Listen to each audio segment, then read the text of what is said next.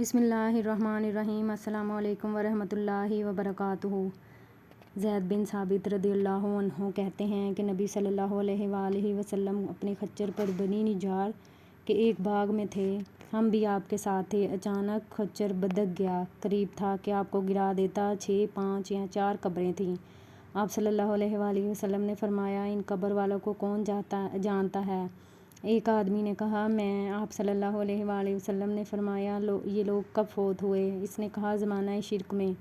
آپ صلی اللہ علیہ وآلہ وسلم نے فرمایا، یہ امت اپنی قبروں میں آزمائی جائے گی۔ اگر مجھے اس بات کا خدشہ نہ ہوتا کہ تم اپنے مردے دفن نہ کرو گے تو میں اللہ تعالیٰ سے دعا کرتا کہ تمہیں بھی وہ عذاب قبر سنائے جو میں سن رہا ہوں۔ زید نے کہا، پھر آپ ہماری طرف متوجہ ہو گئے اور کہنے لگے، آگ کے عذاب سے اللہ کی پناہ مانگو۔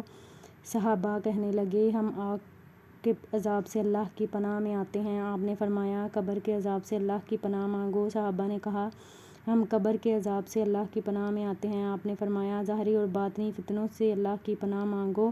صحابہ نے کہا، ہم ظاہری اور باطنی فتنوں سے اللہ کی پناہ میں آتے ہیں۔ آپ صلی اللہ علیہ وآلہ وسلم نے فرمایا، دجال کے فتنے سے اللہ کی پناہ مانگو۔ صحابہ نے کہا، ہم دجال کے فتنے سے اللہ کی پناہ میں آتے ہیں۔